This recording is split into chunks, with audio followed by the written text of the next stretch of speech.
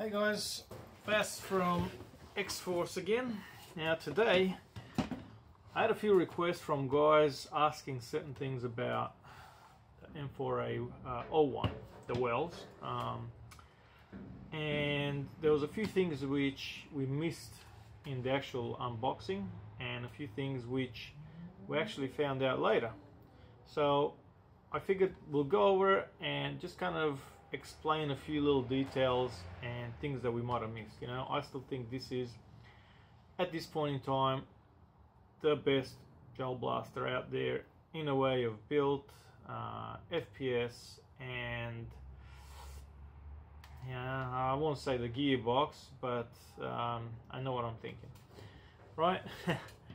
That's just me. I know some guys still love the M401. Shit, I don't know why, but you know, I reckon this is far superior in every way, pretty much. Alright, so let's get into it. Firstly, the stock. Now, I remember on the first one I told you guys I couldn't take the actual stock off the tube. Well, that's not true. If you pull that up, and this was thank you to one of our followers, if you pull it far enough like that, you just twist it over, it comes out. So it does have an end. Now I'm missing actually the rubber backing on this one, but doesn't matter. I'm just sort of showing you guys what's what. One of the strongest buffer tubes out there at the moment, I think, on this. Now most of this blaster is nylon. That's a nylon stock, and the handguard and the tip, all that's and I think also the handle and the side top, so everything's basically nylon except the receiver is ABS. Alright, now so we got that done. Now the other thing that I pointed out, it's got this little compartment here, and a few guys were sort of having guesses as to what it is. A former army, an ex-army guy has actually pointed out, and this guy has experience with the real deal, that this is for your cleaning equipment, and in the actual handle you'll have a little bottle, and in here you'll have a little hook with on a wire, and that'll go in there, and you'll use that to clean your barrel. So that's basically for your cleaning equipment. All right, and the same thing with the bottom of the handle. So that's basically that covered. And what I'll do, I'll put the battery back in because we're gonna need. I'm not gonna do no shooting test. We've already done that. We don't need to show any of that, but what I will need to show is obviously a whole range of other things that we missed, but I will need the battery for one of them, and this is really cool, and I'm really glad they did it, and the way they did it's pretty good. Alright, so the other thing we pointed out, so that just opens the dust cover, right? So I was a little bit disappointed and thinking, man, there's no primer on this thing. Seriously, you did all that, you know, one of the best switches out there. You can actually see it moving in there, and the guys that have it know it. Everything just works really good. Now have a look at the switch, right? So if I I've got the switch on safe. If I move the switch to semi, yeah, once. Now if I move the switch off semi to about 11 o'clock, huh? Hold on, where are you?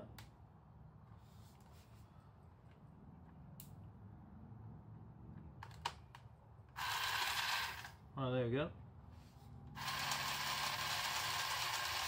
Oh yeah, priming. So a very 11 o'clock. If you can see it there, you want to make sure that your mag is well pushed in.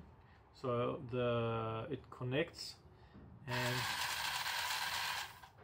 right. So that's again, this is somebody else.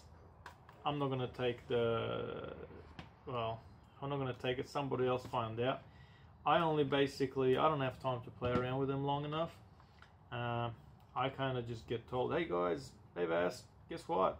This thing and that thing does this. So I'm just happy to tell you guys, and I'm happy that the community lets me know, so I can let the rest of you guys know.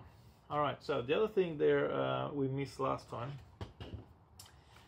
the handguard. Now this thing's a split, so you pull this bit down and you basically pull it out like so, and this back bit's gonna be, there we go. Alright, so split handguard. Now that's supposed to be like the real deal again, so they've really gone out and done it properly. Now if you can see that there is an outer barrel which is metal, and inside there's another black metal which runs right up to up here somewhere, I think, and right to the end there. So they have not skipped on making this thing really really nice and solid. Metal outer barrel. I haven't seen that on any blaster, not yet, at least I haven't. Maybe somebody can point me out in the direction of another blaster, but I really think these guys have gone right out with this one. This bit here, again, like I said, it's nylon, and the sight, I think the sight does come off independently, but no it doesn't. So that whole thing is sight, tip, everything. But I mean, like I said, all in all, mate, absolutely fantastic. Alright, so, and then putting this thing back on, now you actually have to line it up. It's got a little groove in there, so you got to make sure that that's gone in. Pull it back and down a bit.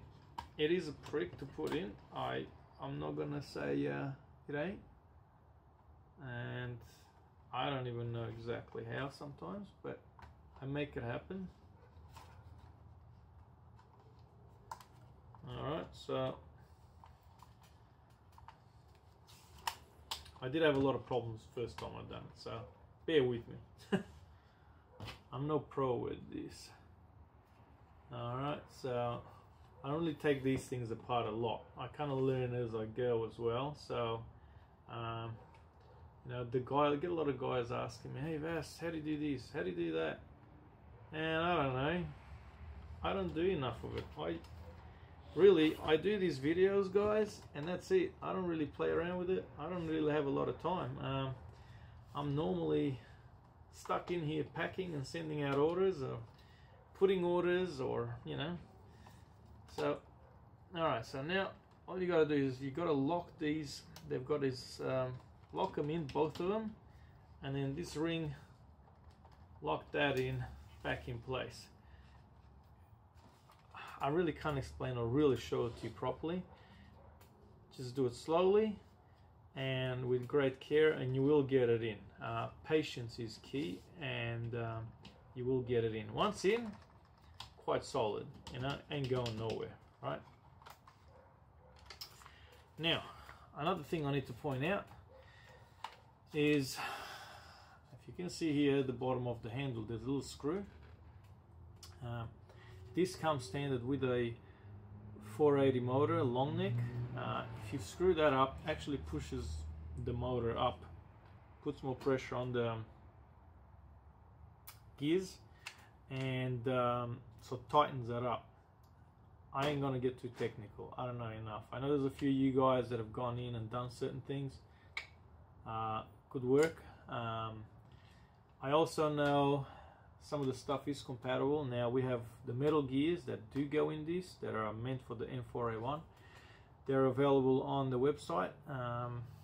And other than that, I really cannot remember anything else, but I think I've sort of touched on the main things. I think the biggest thing for me was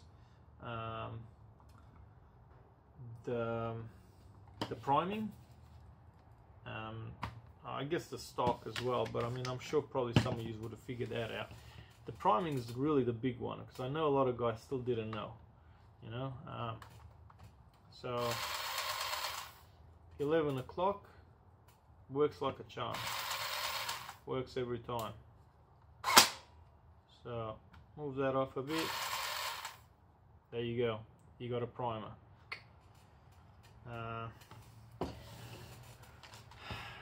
M401 wells, top of the ladder. The new MK18, it's got nothing on this fella. Solid, better FPS. Yeah, I can't fault it, not just yet. I know there's some guys that have had some issues with them, but hell, it is a toy. Remember that, guys, it's just a toy. It's a plastic toy. It's not supposed to be no Rolls Royce, you know. If it's gonna break down, yes, I know, I'm really sorry. I apologize for the manufacturers, for the Chinese guys that sit there in the sweatshops putting these things together for you, all right? I'm really sorry for that. They hurry up, because production is key.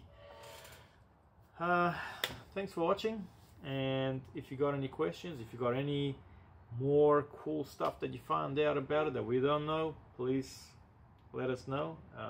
Any information is welcome. I forget stuff, and that's just me. I got a lot of stuff going on over here. As you can see in the background, we've got a lot of new stock coming through. Keep an eye on the website, and thanks for watching, and I'll be back with some more really cool stuff very soon. Thanks, guys.